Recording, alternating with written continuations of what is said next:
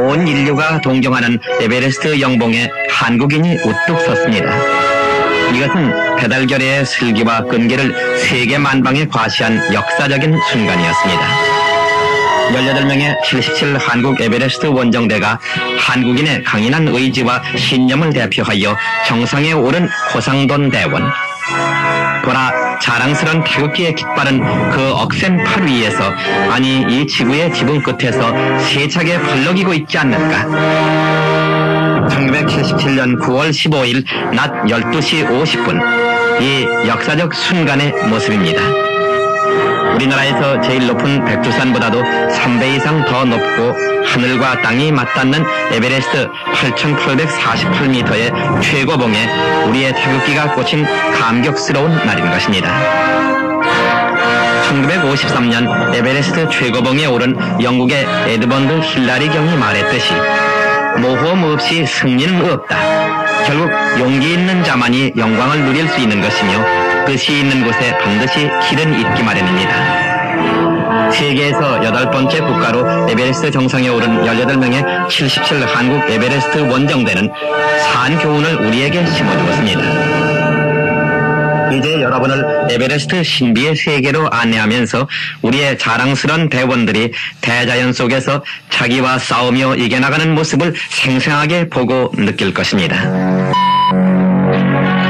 푸르의 수평선 위로 백설로 뒤덮인 우뚝 선 에베레스트의 장엄한 신비의 모습입니다.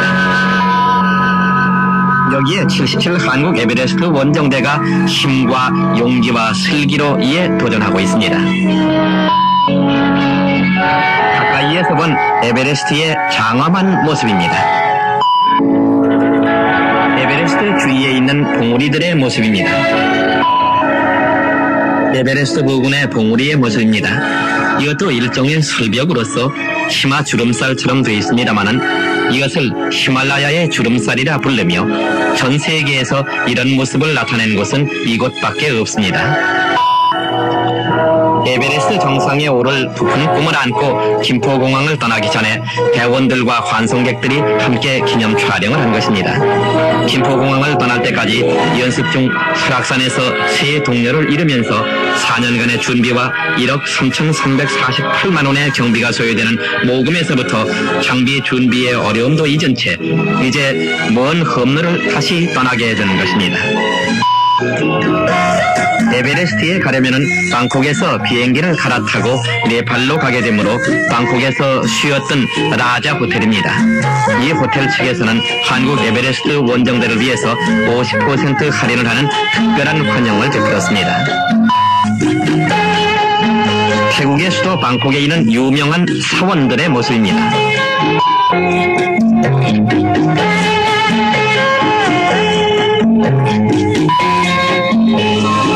네팔의 수도 카트만두에 있는 한국대사관의 모습입니다. 우리 한국대사관 뒤에 국회대사관이 있습니다. 네팔 사람들은 한국은 남과 북으로 갈라져 있는데 대사관도 남쪽에는 한국대사관, 북쪽에는 북회대사관이 있다고 말을 합니다. 어서 빨리 남북 통일이 됐으면 하는 마음과 6.25의 아픔을 이곳에서도 느끼게 했습니다. 우리 한국대사관 앞뜰에서 대원들과 대사관 직원들이 함께 찍은 사진입니다. 양복을 입고 앉아있는 분이 홍수일 대사이고 그 옆에 김용도 원정 대장이 앉아있습니다. 네팔의 수도 카트만두 거리의 풍경입니다. 카트만두 거리의 모습인데 시민들 모습을 보면은 상당히 불쌍합니다. 남루한 옷차림과 맨발에 무식한 사람들이 많아서 생활 수준도 낮고 형편없습니다. 그러나 사원들은 참 웅장합니다. 이런 사원들이 카트만두 시내에만도 크고 작은 사원이 2,000여 개나 됩니다. 사원에는 목조각이 많습니다. 조각에는 남녀를 표현하는 조각들이 많은데 이러한 조각을 하게 되면 벼락을 치지 않게 된다는 신앙 때문입니다. 네팔에서는 사람이 죽게 되면 이렇게 상여를 메고 장례터로 갑니다. 메고 가서 절간이나 강가에서 장작더미 위에 올려놓고 불을 질러 화장을 하는 풍습이 있습니다. 사원에서 연기가 나오는 곳이 시체를 태우는 모습입니다. 거리 가게의 모습이며 우리 대원들이 물가를 알아보고 있습니다. 이것은 카트만두 거리 모습이며 앞에 보이는 것이 고색 창연한 저울입니다. 카트만두 시내에 있는 이발소의 풍경입니다. 출발 준비를 하기 위해서 카트만두 시내에 있는 빈집을 세를 얻어서 출발 준비에 바쁜 나날이 시작되었습니다. 한국 에베레스트 원정대가 왔다는 소식을 듣고 셀파들이 몰려왔습니다. 셀파 50명을 고용하기 위해서 우리 대원들이 면접 시험을 보는 장면입니다. 대개 면접 내용은 한 사람 한 사람씩 개인 면담으로 에베레스트 등정에 얼마나 경험이 있으며 어디까지 가봤고 몇 번 올라가 봤느냐고 묻게 됩니다. 그리고 이번 셀파 선발은 이곳 셀파 조합에 입임을 했으므로 거기서 추천한 사람을 다시 면접해서 합격시켰습니다. 셀파 면접에 1차 합격한 셀파들을 건강 진단을 하게 되며 의무대원이 혈압을 재는 모습입니다.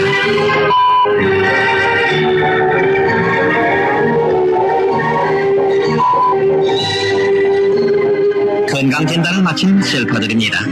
이들은 한국 에베레스트 원정대원들과 생사를 같이 할 셀파들입니다. 부산에서 짐을 실은 뒤 인도 서벵골주의 수도 켈카타 항구에서 다시 한 주일 걸려서 추록으로 카트만두로 싣고 온 짐을 하역 작업하는 모습입니다. 우리 원정대 장비의 일부입니다. 짐을 풀어놓고 다시 짐을 꾸려야 합니다. 짐을 풀어놓고 보니까 석유 초롱 같은 데에 넣고 간 아주 비싼 국산 고산 식량이 없어진 것을 발견했습니다. 그래서 운송회사인 인도 사람과 싸움이 벌어지기도 했습니다. 이 모습은 장비를 점검하고 숫자를 파악하면서 짐을 꾸려야 하기 때문에 정리를 하는 모습입니다.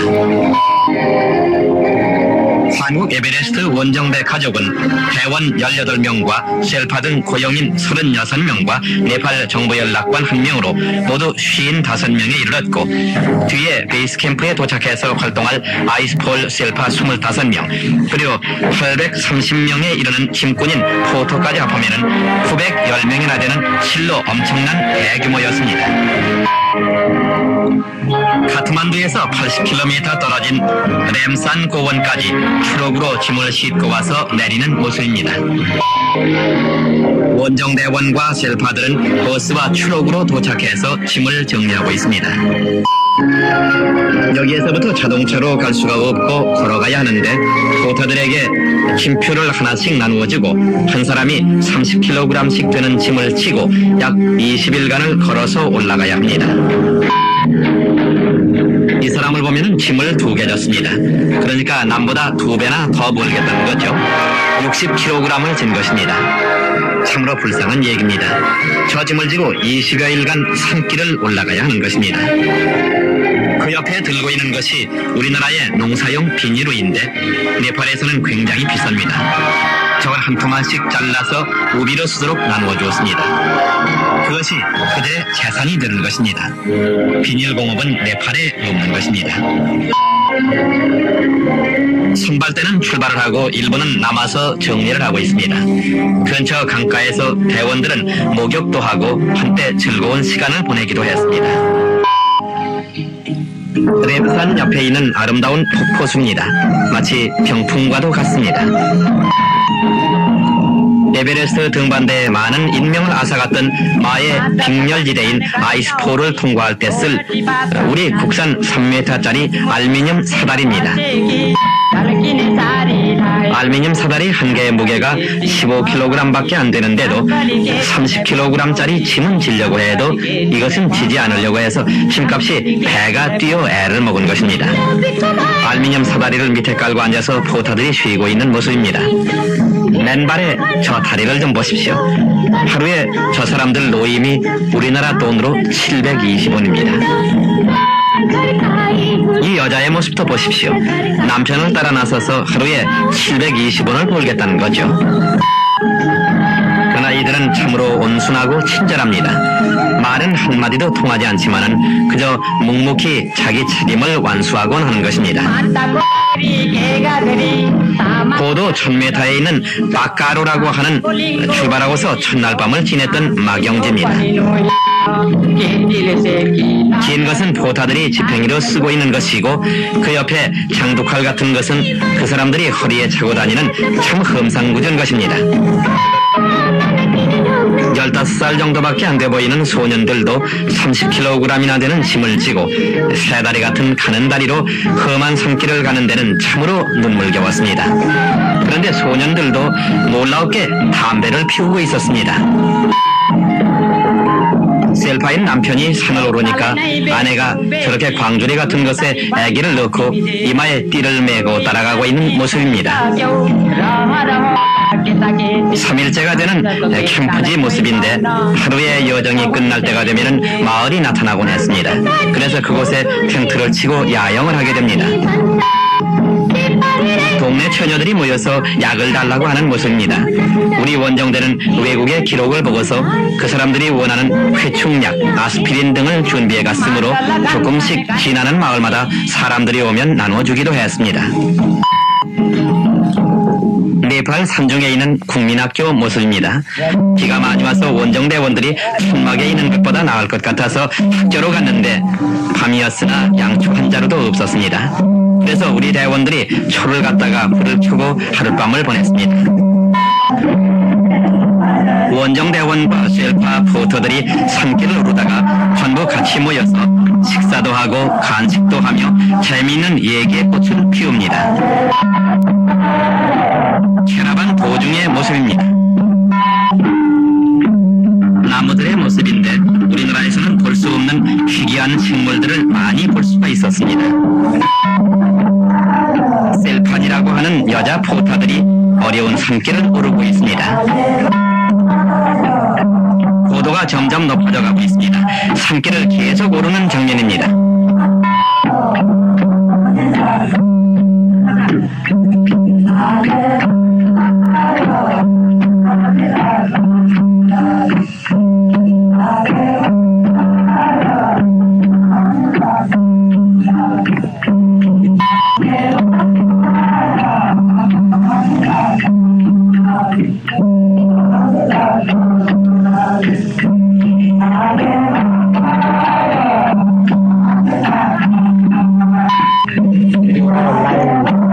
이 사람은 사다리를 2개 졌습니다. 우리나라 돈으로 2,800원 정도 받게 되는 것입니다. 이렇게 거추장스러우니까 짐값이 배로 뛴 셈이지요. 캐러반 도중에 가다 보면은 이렇게 돌담을 쌓아놓은 것이 많습니다. 포터들이 쉬기 위해서 만들어 놓은 것 같습니다. 무거운 짐을 지고 아슬아슬한 영화에서 본 것 같은 통나무 다리를 건너가고 있습니다. 이것은 철제다리인데 우리나라 말로는 출렁다리라고 말할 수 있습니다. 외국 사람들이 놨겠죠. 네팔의 국민소득이 40불 정도밖에 안 되므로 이런데 다리 하나 놓을 형편이 못 되는가 봅니다.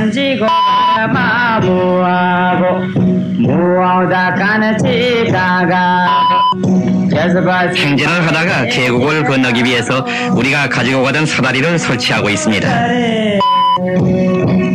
중간에 로프가 보입니다. 계곡을 넘을 때는 로프를 매고 사다리를 놓은 다음에 안전하게 위험한 곳을 건너도록 합니다. 험난한 길을 지나면 아름다운 자연을 만끽하면서 다시 또 산을 오릅니다. 네팔에는 종교가 2가지가 있습니다. 하나는 라마교이고 하나는 힌두교인데 높은 곳으로 점점 더 올라가면 라마교의 상징 같은 제단이 많이 보입니다. 계단 옆에 돌로 주문 같은 것을 새겨놓은 것을 많이 볼 수가 있었습니다. 주문을 새겨놓은 것을 가까이서 찍은 것입니다. 뭐라고 썼는지는 알 수가 없었습니다. 상보체라는 비행장 옆에서 주민들이 몽고, 티벳 풍속에 관한 민속품을 팔고 있는 모습입니다. 이것은 셀파들의 마지막 고향인 남체바자르란 촌락입니다. 3,000m 가까운 곳인데 경찰서가 하나 있습니다. 이 경찰서에서 에베레스트 등산 허가증을 제시해야 하고 우리 원정대와 한국과의 연락은 이 경찰서까지 내려와야 되는 것입니다. 일종의 우체국 역할도 담당하는 곳으로서 이후부터 등산 소식은 이곳을 통해서 한국에 전해지게 되는 것입니다. 남체바자르 촌락 근처에 도달했을 때 6,000m 조금 넘는 한베라라는 유명한 위험한 봉우리가 보였습니다. 우리 대원들은 처음으로 이 높은 봉우리를 보고서 무척 감상적이었습니다. 이 촌락을 지나서 하루 걸어가게 되면 3,800m 높이에 서게 됩니다. 저기 보이는 것은 라마교의 본산인 본원 비슷한 웅장한 건물이 텐트 너머로 보입니다. 한국 원정대가 처음 에베레스트 산을 본 것이 여기였습니다. 뭉게구름 사이로 멀리 에베레스트 영봉이 보입니다. 대원들은 이구동성으로 에베레스트라고 외쳤습니다. 에베레스트의 부푼 꿈을 안고 이제부터 다시 천막을 치고 다시 짐 정리를 하게 됩니다. 지금까지 수백 명 쓰던 포탄은 너무 고향이 멀어지면서 앞으로는 맨발로 험난한 길을 갈 수 없으므로 노임을 청산해서 돌려보냅니다. 이곳에서부터는 짐을 포타들에게 맡기지 않고 고산지대에만 살고 있는 야크라는 소가 운반을 하게 됩니다. 이 소의 특징은 고삐를 매질 않습니다. 소는 양쪽에 30kg씩 60kg을 치고 소 주인이 30kg을 줘서 세 사람분의 돈을 벌게 됩니다. 야크를 몰고 있던 사람 중에 텍사스 풍의 키가 큰 멋있는 사람도 있었습니다. 이 사람이 고원지대에서 야크를 10마리 정도 몰고 가면서 휘파람을 불고 가는 풍경은 서부 개척지를 가는 기분이었습니다. 점점 고도가 높아지면서 올라갈수록 고산식물인 아름다운 꽃들을 여기저기서 볼 수가 있습니다. 대자연의 아름다움을 고산식물에서도 느낄 수가 있습니다. 짐을 싣고 야크를 몰고 건너가고 있습니다. 에베레스트의 연봉들입니다.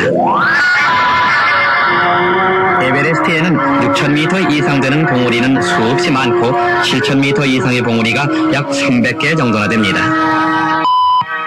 8,000m가 넘는 봉우리도 14개가 됩니다. 4,200m의 페리제라는 곳입니다. 우리나라의 판잣집보다도 더 못한 집이죠. 그러나 간판에는 셀파 호텔이라고 써붙여 있습니다. 여기서 하루를 자는데 1루피니까 우리나라 돈으로 40원입니다.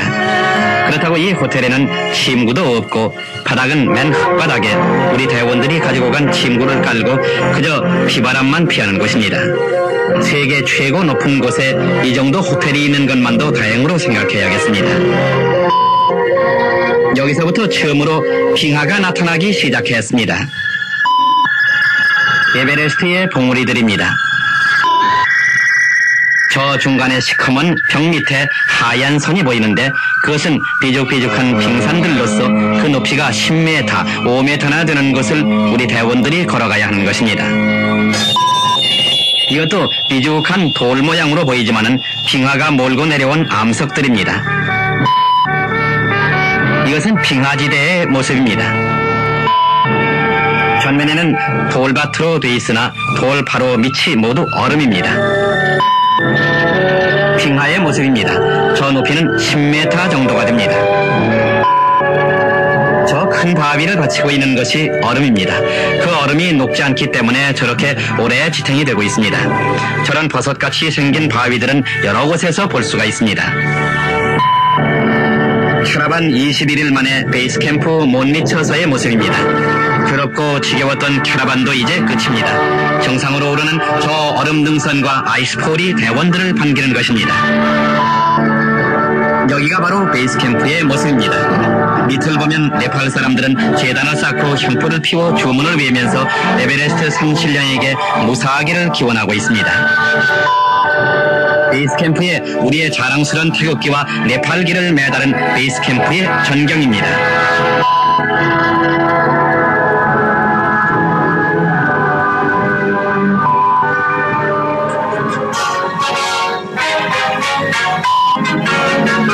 베이스캠프에서는 저런 천막들을 치고 있었는데 전부가 국산 제품입니다. 참으로 우리 원정대의 지붕 역할을 한 신세를 많이 진 천막입니다. 돌아올 때는 모두 셀파들에게 나누어주었습니다. 베이스캠프 밑은 모두 얼음이고 원정대는 여기서부터 세수나 이를 닦을 수가 없었습니다. 이때가 77년 8월 15일이었습니다. 베이스캠프 뒤에 있는 푸몰이라는 산입니다. 베이스캠프의 중간에 하얀 부분이 보이는데 이것이 아이스폴입니다. 앞면에 보이는 것이 8,000m 가까이 되는 위체 봉우리입니다. 푸모리산의 모습이며 야크를 몰고 온 사람 중에 한 사람이고 그 옆에 노란 통이 산소통입니다. 앞으로 대원들과 함께 운명을 같이 할 셀파들이 베이스캠프에서 기념 촬영을 한 것입니다. 원정대 대원들의 모습이고 가운데 하늘색 옷을 입고 앉아있는 분이 77 한국 에베레스트 원정대를 총지휘한 김영도 대장입니다. 셀파들이 자기네 깃발들을 달고 재단을 쌓고 아이스폴을 통과할 때 너무 생명이 위험하므로 자기네 안전을 위해서 신에게 가호를 빌고 있습니다. 굉장히 진지하고 엄숙한 모습들입니다. 자기 동료들이 죽어가는 모습을 보아온 그들로서는 이렇게 빙하지대를 올라갈 적마다 늘 아침에는 기원을 합니다. 앞에 보이는 것이 아이스폴입니다. 보기에는 아름답게 보이지만 저 속에 들어가면 사람이 배 밑에 갇혀서 보이지도 않습니다. 안개처럼 하얗게 구름처럼 보이는 것이 800m의 높이이고 실제로는 6,100m입니다. 그러니 아주 엄청난 곳입니다. 이런 엄청나게 위험한 곳을 아는 쉘파들은 신에게 운명을 맡기고 빌 수밖에 없는 모양입니다. 우리 대원들이 아이스폴을 통과하기 위해서 사다리를 연결하고 있습니다. 여기는 아이스폴 하단부로서 대원들은 이곳을 통과할 때는 혼자서는 못하고 세 사람이 함조가 돼서 각자 허리에 로프를 메고 행동을 하고 있습니다. 6,100m 부근 전진대가 올라가는 장엄한 모습입니다.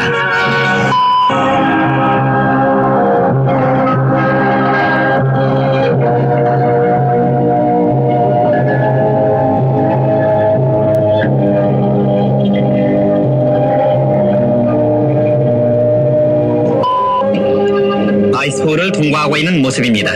저기 깃발이 보이는데 국산 대나무로 만들어져서 100m에 하나씩 꽂았습니다.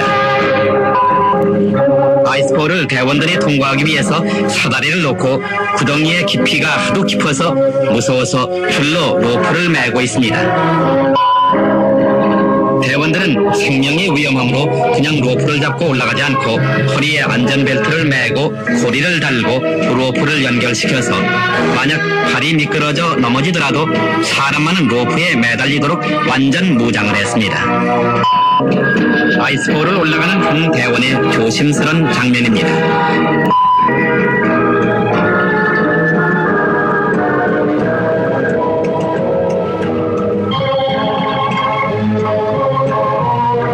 아이스폴이 대장관입니다. 아이스폴을 올라가는 한국 원정대의 전진 모습입니다.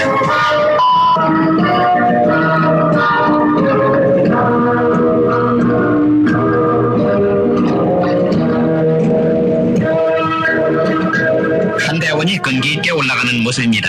자세히 로프를 보면 회색 로프가 2개가 있고 빨간 로프는 앞에 대원과 자기를 묶은 것이고 밑에 깔린 로프는 고정 로프입니다. 이 로프는 국산으로 약 4,000m 깔았고 에베레스트에 깐 로프는 10,000m 정도 되며 생명의 줄이기도 한 것입니다.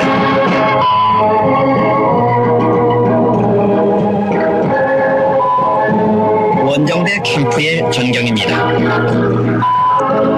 캠프 1의 뒤에 보이는 저것은 7,100m 고지인데 전면에 보이는 코스로는 인간의 힘으로 도저히 올라갈 수 없는 곳입니다. 캠프 1에서 베이스 캠프 쪽을 바라보고 찍은 모습입니다.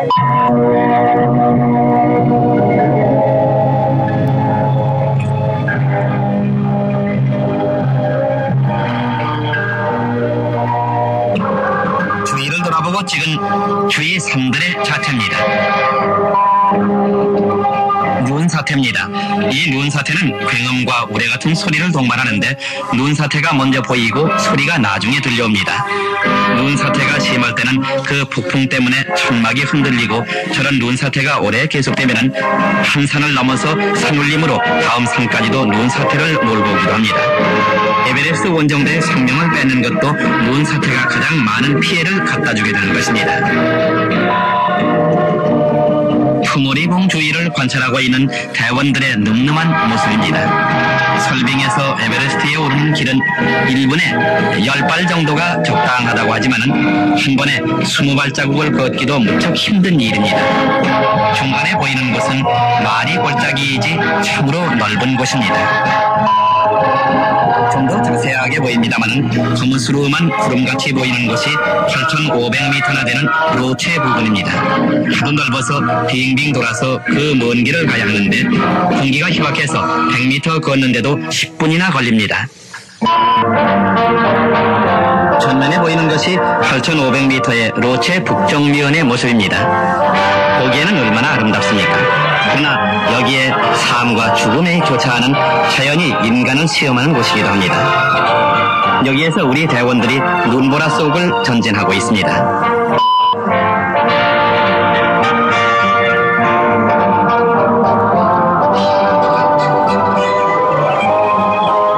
캠프 2의 모습입니다.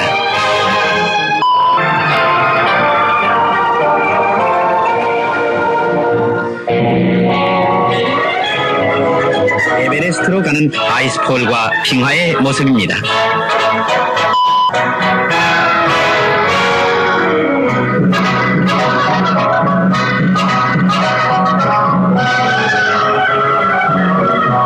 오직 정상 공격에 부푼 꿈을 안고 전진하고 있는 대원들의 모습입니다.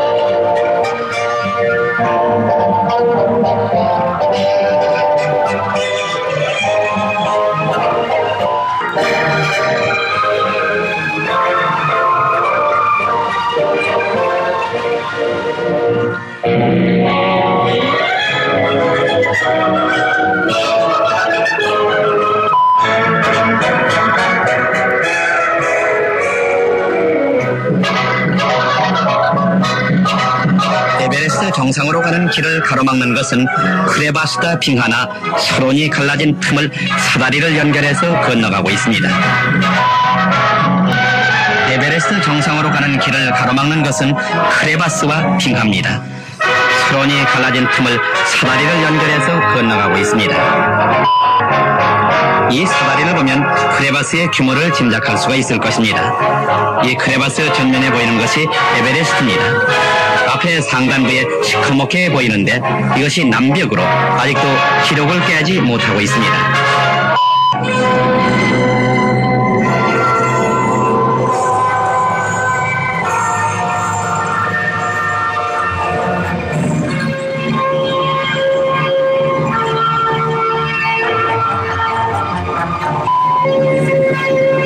빨간 깃발에 KEE77이라고 써 있습니다. 77 한국 에베레스트 원정대의 깃발입니다.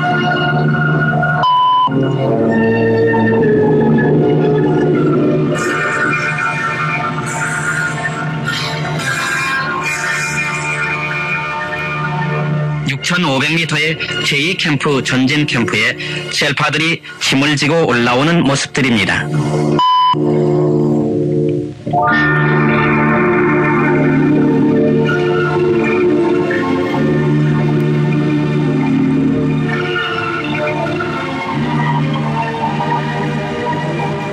전진 제2캠프의 전경입니다. 동물이 살고 있지 않은 것으로 알고 있었는데 6,500m나 되는 고지에 까치가 우리 원정대를 따라와서 과자 같은 것을 봉지채로 물고 도망가는 모습을 보았습니다. 식량들을 골라서 더 높은 곳으로 올려보내기 위해 정리하고 있습니다. 고도가 높아지면서 식욕이 오르지 않아 그 좋은 프루츠 칵테일이나 파인애플 같은 것도 많이 가지고 갔지만은 버리다시피 했습니다.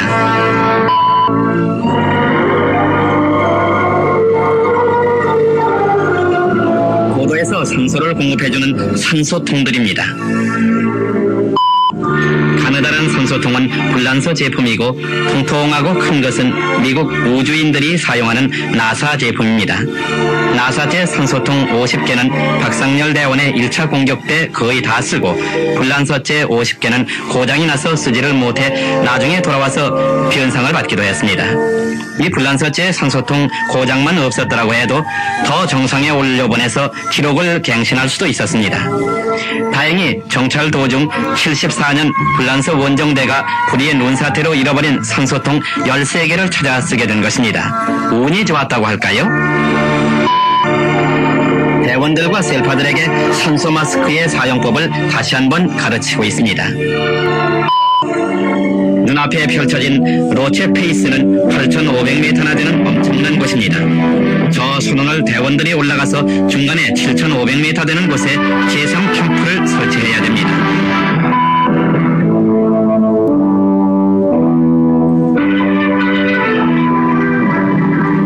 경사 70도나 되는 로체 페이스의 자태입니다.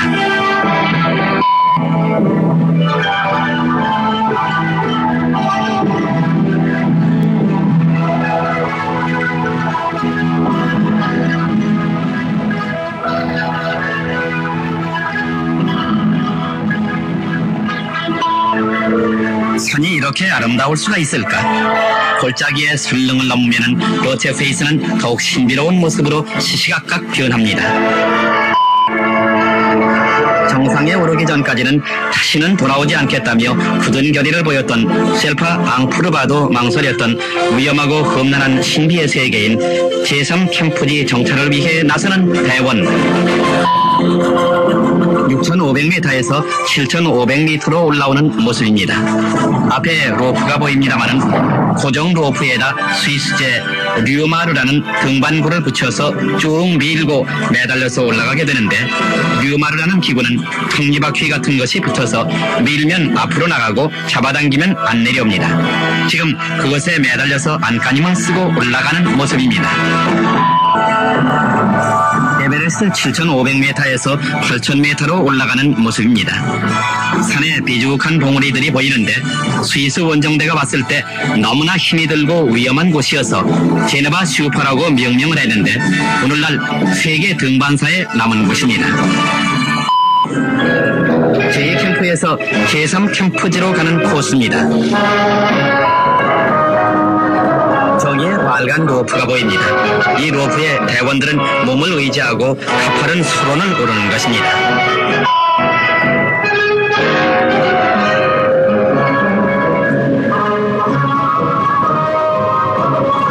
설빙을 오르는 것은 생명을 거은 모험입니다. 이렇게 가파른 곳은 아름다운 대자연의 모습과는 달리 인간의 참고 견디는 인내와 용기가 필요한 곳입니다.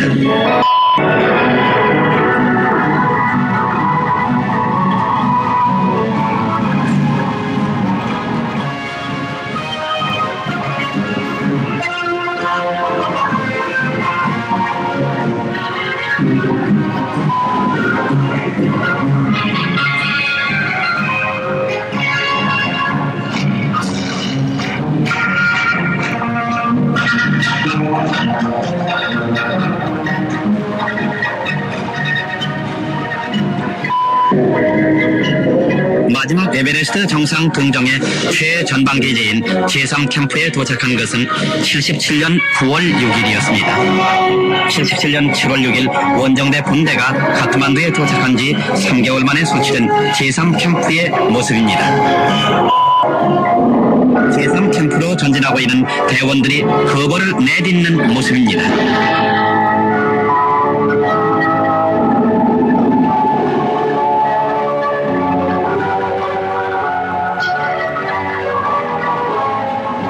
이렇게 힘든 여정을 거쳐온 대원들은 누구나 다 정상에 오르기를 바랄 것입니다.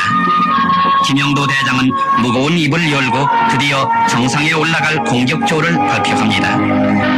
여기에 오기까지 우리 모든 대원은 고생을 했습니다. 히말라야 에베레스트 정상은 이러한 팀워크가 이루어지지 않으면 불가능합니다. 이제부터 한 사람을 정상에 올리기 위해 우리는 함께 뒤를 받쳐줘야 하는 것입니다.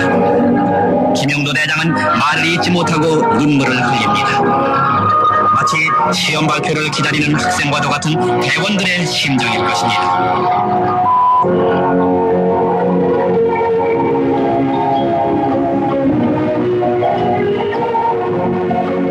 D-Day는 9월 9일 1차 공격조 박상렬 앙푸르바, 2차 공격조 고상돈 한정수 대원과 셀파 펜바 노르바가 정상 도전에 뽑혔습니다. 사진은 1차 공격조에 나선 까만 옷을 입은 박상렬 대원과 앙푸르바 셀파의 모습입니다.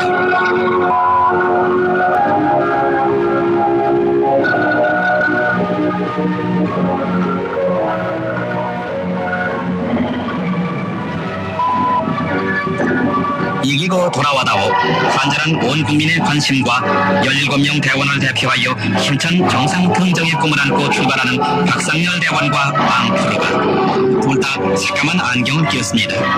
이런 곳에서는 까만 안경을 끼지 않으면 술명이라는 문병에 걸려서 심하게 되면 실명을 하게도 됩니다. 이때만 해도 밝은 표정으로 떠나고 있습니다.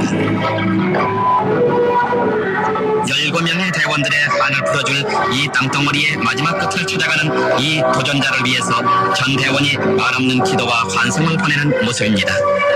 여기서부터 3, 4일 걸려야 정상 부근에 도착하게 된 것입니다.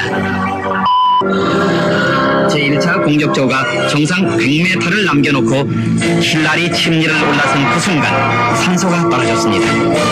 정상을 눈앞에 둔 박상렬 대원과 앙푸르바가 몽롱한 의식 속에 도저히 전진할 수 없다는 소식을 듣고 우선 살아야 한다는 생각으로 후퇴를 명했습니다.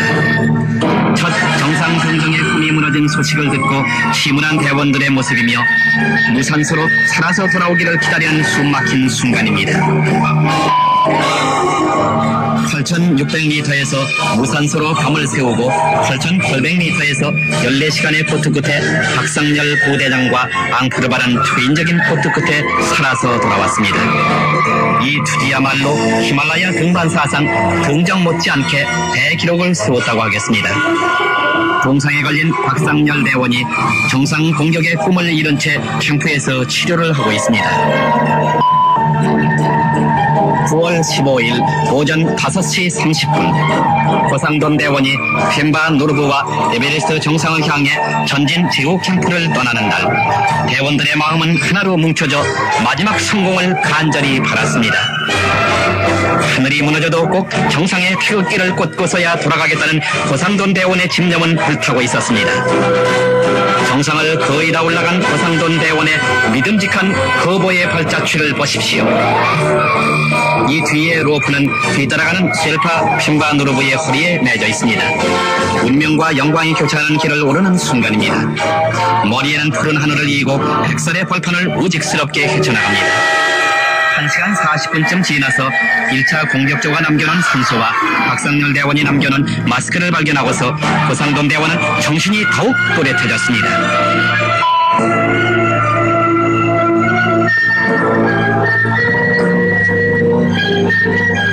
드디어 고상돈 대원이 정상에 오르고 더 오를 곳이 없다면서 워키토키로 "여기는 정상입니다.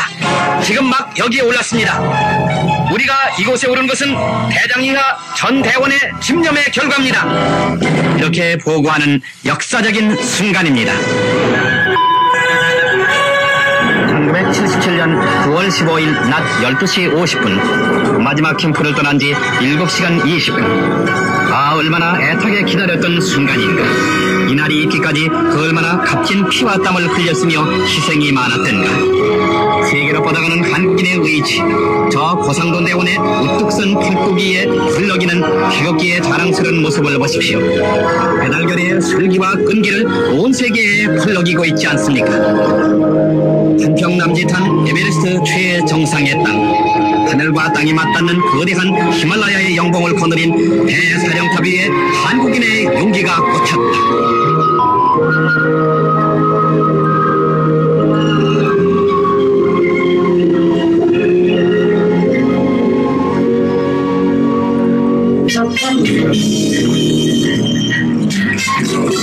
지구의 최정상에서 고상도 내원과 젤파 휀바 노르브는 맑은 공기를 마시며 두 손을 움켜쥔 채 황홀한 행복에 젖어 있었습니다. 날씨가 점점 나빠진다.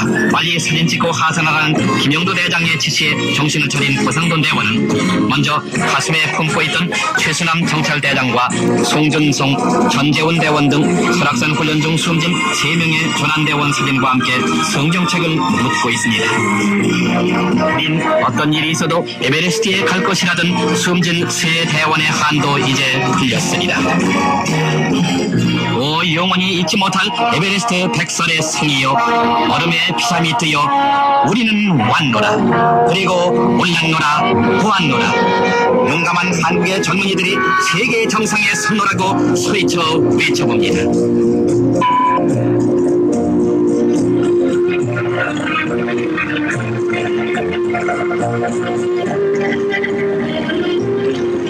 고상도 내원과 같이 정상에 올라간 휀바 노르브라는 셀파도 자랑스럽게 자기 나라 네팔 국기를 들고 있습니다.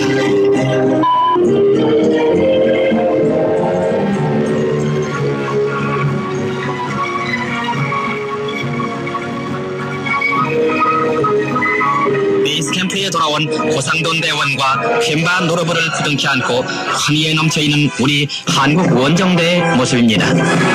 우리는 정상을 밟지 않고는 고향에 돌아갈 수 없다고 했던 철석 같은 결의와 비장한 각오가 실현된 이 만남은 영원히 우리들 마음속에 심어질 것입니다. 참으로 용기 있는 자에겐 불가능은 없다는 산 교훈을 우리에게 심어준 역사적인 쾌거였습니다. 인류 최초로 8,000m 봉에 오른 모리스 엘 조그는 인간 능력을 넘어서고 인간 세계의 극한을 감촉함으로써 우리는 인간 세계의 진실한 위대함을 인식하게 됐으며 이제껏 깨닫지 못한 생존의 깊은 의미를 발견했으며 강하기보다 진실됨이 더 훌륭하다는 것을 알게 됐다고 강조했습니다. 이제 다시 김영도 대장과 대원들은 남북극 극지 탐험에 도전하고 있습니다. 신의 가호가 있기를 우리 모두 빌어야겠습니다.